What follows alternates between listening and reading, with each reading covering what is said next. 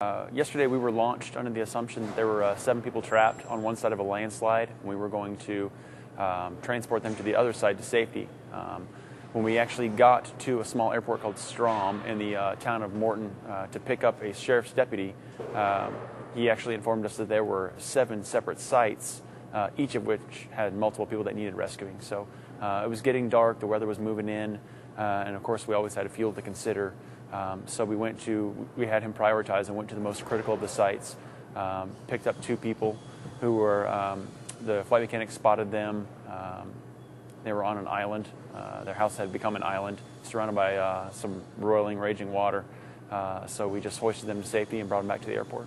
I would say that the most difficult part was actually the transit to and from the location. With weather moving in, the winds kicking up. And there are a lot of uncharted power lines and towers along the route, so we had to take it pretty slow to stay safe en route to the location. The hoist itself wasn't easy. It was in a narrow canyon with winds gusting in there, a lot of clouds and low visibility, and we had to hoist from about 120 feet because of the trees. 2 people were in a boat, yes, very small, I don't know if it was aluminum or what, or wood, had a small outboard engine. They were sitting in this boat, and the boat itself was inside what looked to be like a shack, maybe a horse corral. Anyway, 3 sides and a roof. So they were inside that in a boat, and water, the main river channel on one side that was, brown and rough and all kinds of debris, and obviously overflown its banks, and the overflowing water around the other side. So they were completely surrounded on this small island of land by water. 5 feet of snow, where we set our rescue swimmer down on that land. He walked into the shack, saw them in the boat, pulled them out one at a time to a safe area, clear of trees, because it's a heavily wooded area, where we could get the basket down and hoist them up. The toughest part was when we were starting to get low on fuel and night had fallen.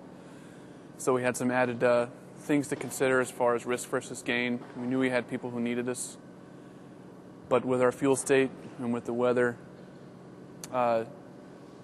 knowing that we needed to return to get gas and to rest, because of our first responsibility is to the safety of our crew and not necessarily to those we're attempting to rescue.